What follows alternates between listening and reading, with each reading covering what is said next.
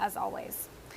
Switching gears now to cancel culture, but not the Twitter outrage kind. We are talking about Netflix and its quick trigger finger when it comes to axing new shows. But is that really the case? Was Netflix any quicker to cancel shows like Tuca and Birdie or Santa Clarita Diet any quicker than HBO would end a John from Cincinnati or a Lucky? To answer that, let's bring in Dallas Lawrence, the CCO of Openx, over the phone. Dallas, some people may never have heard of those shows because they didn't last long enough to really enter the public consciousness. But Bloomberg did some reporting and found that actually Netflix wasn't quicker than HBO or CBS to cancel its shows. Netflix shows just may get more publicity, and they clearly have a huge budget. What is your take in general on how much mind share Netflix is winning as these competitors like Apple TV Plus and Disney streaming service and Warner come to market? Well, I think your article actually nailed it just right. There's always a feeding frenzy over any new news about Netflix. But I think at the macro level, there really is kind of a Dickinsonian story unfolding for Netflix when it comes to content. It's kind of the best of times for them, but also the worst of times.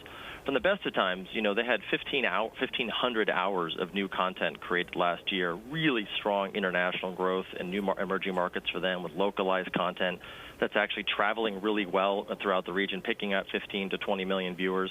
Some really strong tentpole programs we've talked about in the past, things like Orange is the New Black and Stranger Things. At the same time, it is kind of becoming the worst of times for them. And Stranger Things is kind of a double-edged sword if you think about their big tentpole programs. There's a program that had 18 million viewers watch the entire season in the first 4 days.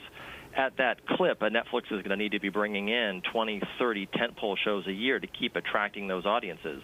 While at the same time, as we know, 7 out of every 10 minutes spent on Netflix is spent watching syndicated content like Friends and The Office, that is now leaving in droves behind the paywalls of these news services from Disney and Apple and CBS and Comcast.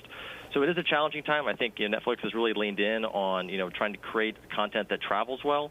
But as you said, because they're the biggest, every time we cancel a show, it seems to be headline news. So of the coming competitors and the current competitors, what do you think is the biggest threat to Netflix? I think Netflix has two fronts in the streaming wars. The first is content, as we've discussed. The second is just their business model. They have a saturation challenge here in the United States. They lost 100,000 subscribers in Q2.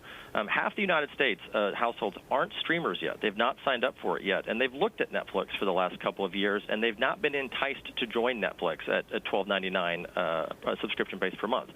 Now, in the next couple of months, they're going to have an option to join Disney. And for that same exact price, they're going to have Disney, ESPN, and Hulu all bundled together.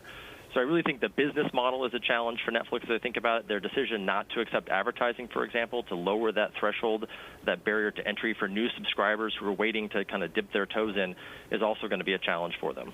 So do you imagine there will be a big shakeup this fall or a changing of the guard, if you will, or new guards?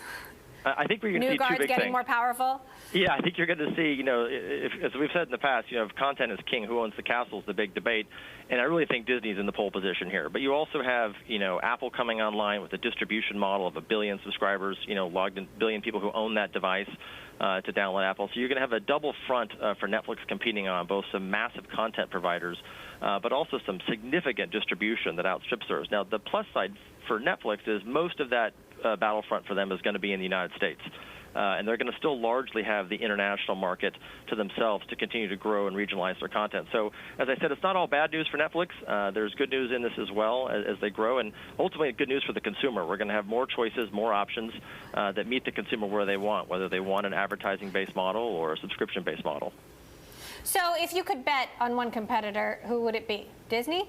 Disney. I think the Disney package they brought to the market today for $12.99, if you're thinking about the 48% of American households that have not signed up for streaming yet, they've been waiting for something.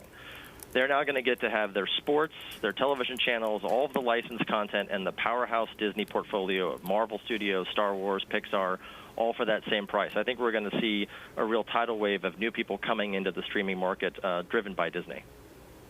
All right, Openx's Dallas Lawrence, lots to watch, lots to discuss. Thank you so much for joining us.